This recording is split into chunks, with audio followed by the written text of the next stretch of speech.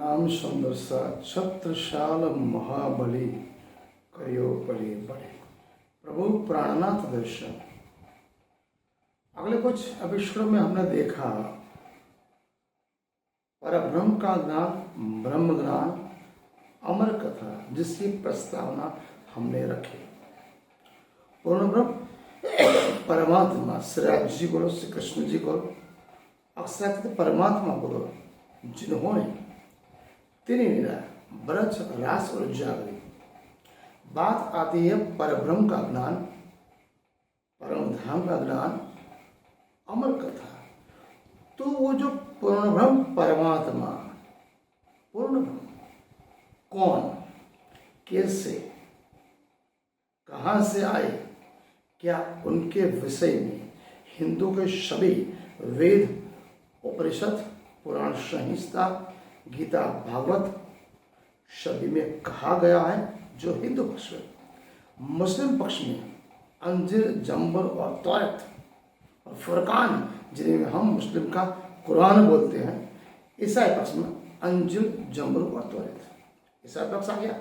गुरु ग्रंथ साहिब सिखों का।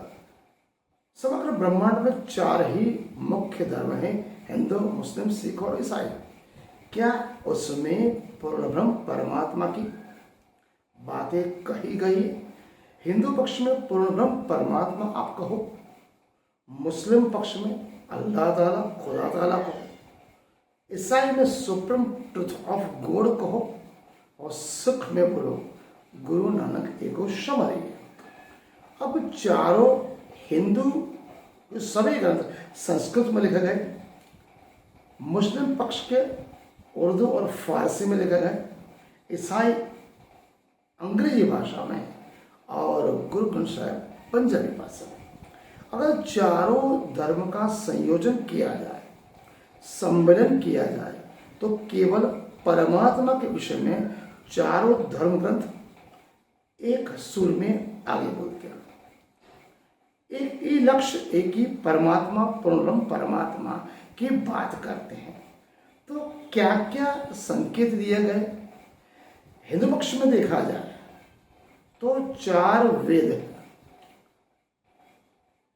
सामवेद, ऋग्वेद, यजुर्वेद और अथर्ववेद हिंदू पक्ष में। तो मुस्लिम पक्ष में भी वेद होंगे। तो मुस्लिम पक्ष में वेद कौन से? अंजीर, जंबुल, तौरात और फुरकान, जिन्हें हम कुरान कहते हैं। हिंदू पक्ष में अक्षर, अक्षर और अक्षरातीत। अक्षर, अक्षर और अक्षरातीत। अक्षर का मतलब होता है मर जाने वाला, जिसका नाश है, जन्म और मृत्यु। अक्षर अनादि, अखंड, अविनाशी। और अक्षरातीत जिन्हें हम बात करेंगे अक्षरातीत की, तीसरा पुरुष। हिंदू में पूर्ण ब्रह्म परमात्मा, मुस्लिम में अल्लाह ताला, ईसाई में सुप्रीम ट्रूथ ऑफ गॉड। भाषा हिंदू में संस्कृत, मुसलमान में उर्दू, फारसी, ईसाई में इंग्लिश। परमात्मा की ही बात करते हैं, एक ही लक्ष्य की ओर ले जाते हैं। अब ये अक्षर, अक्षर और अक्षरातीत हिंदू पक्ष में कहा गया।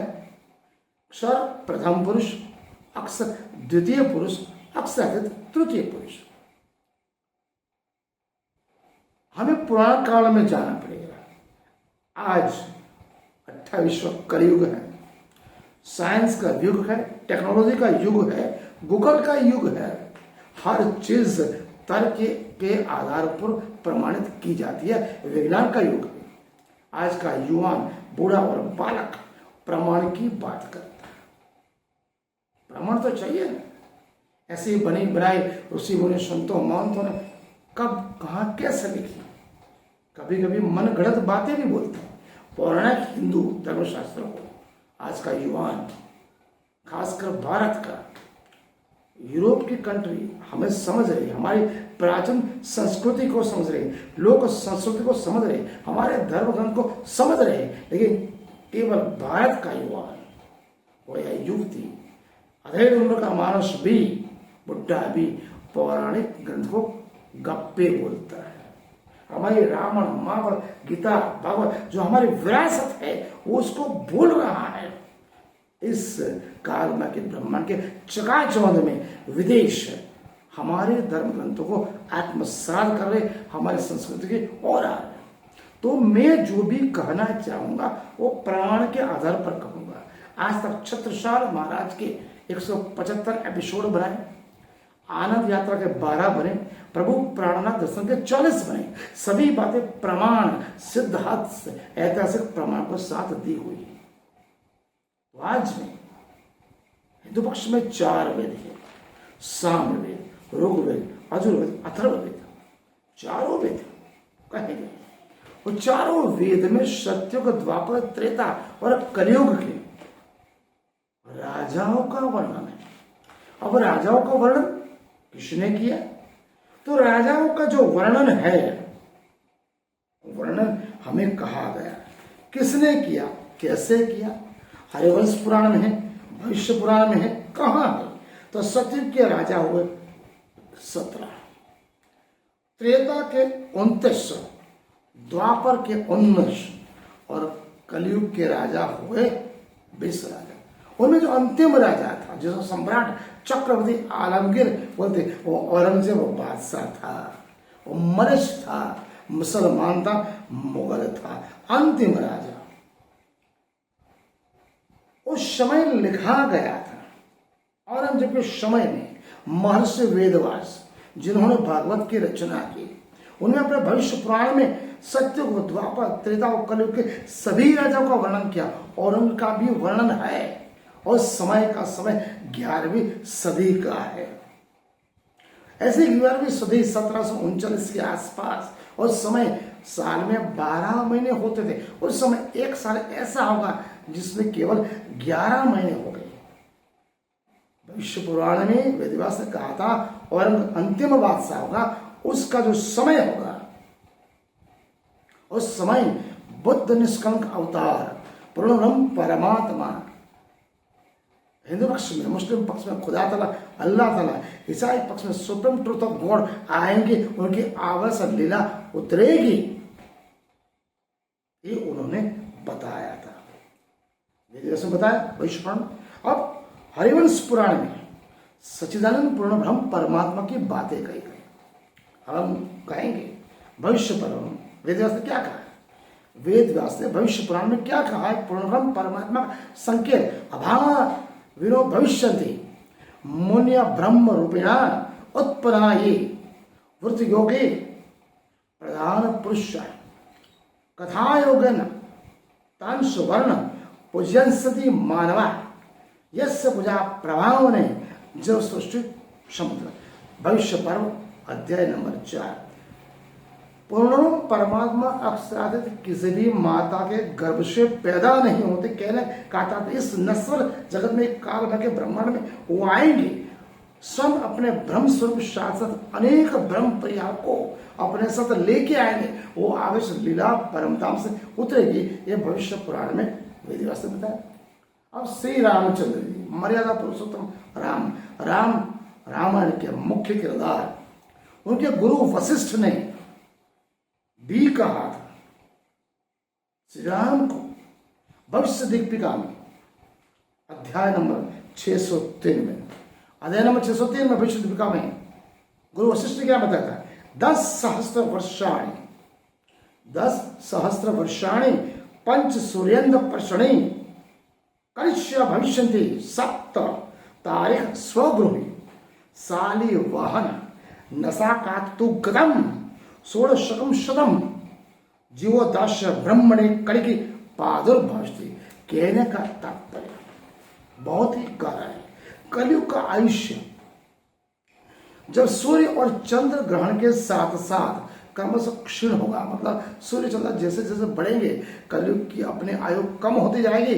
उस समय शालिवाहन राजा 1600 ईस्वी सन उसकी शाखा पूरी हो जाएगी। उस समय जगत के उद्धार के लिए, धर्म का उत्थान के, जगत का उद्धार के लिए कल की अवतार पूर्ण ब्रह्म परमात्मा बुद्ध निष्कलंक अवतार का प्रादुर्भाव हिंदू धर्म शास्त्रों में बौद्ध निष्कलंक अवतार, मुस्लिम पक्ष में इमाम मदद खुदा ताला, ईसाई पक्ष में सुप्रीम ट्रूथ ऑफ गॉड का आने की 11वीं सदी में कहा गया है।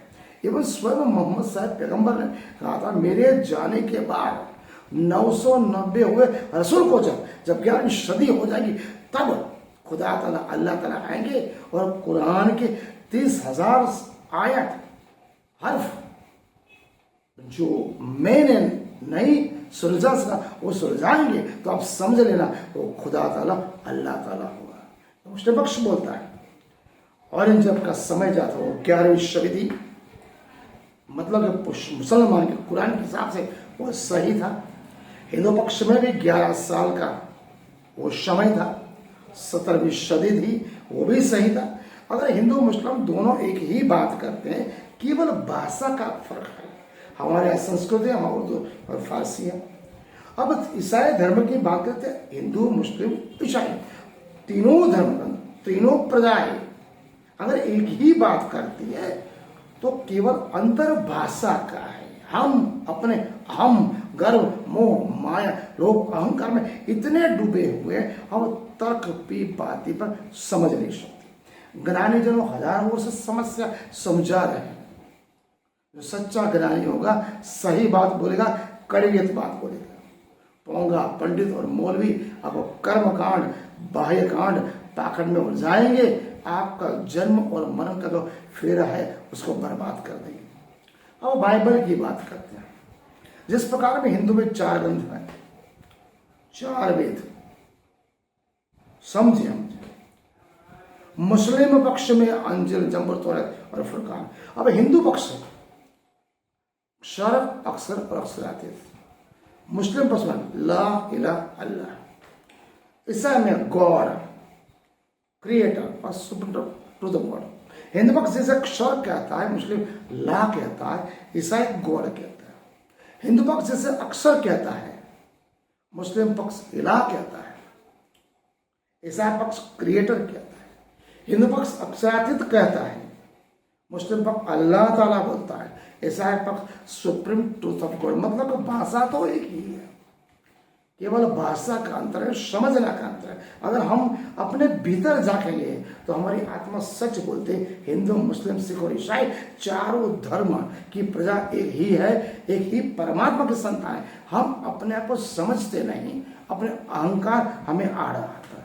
ऐसा पक्ष में जीओडी गॉड, भगवान, जी फॉर जी जनरेटर, पैदा करने वाला, ओ फॉर ऑपरेटर, पालन पोषण करने वाला, डी फॉर डिस्ट्रॉयर, नाश करने वाला। यहां पर हमारे यहाँ ब्रह्मा विष्णु और महेश है।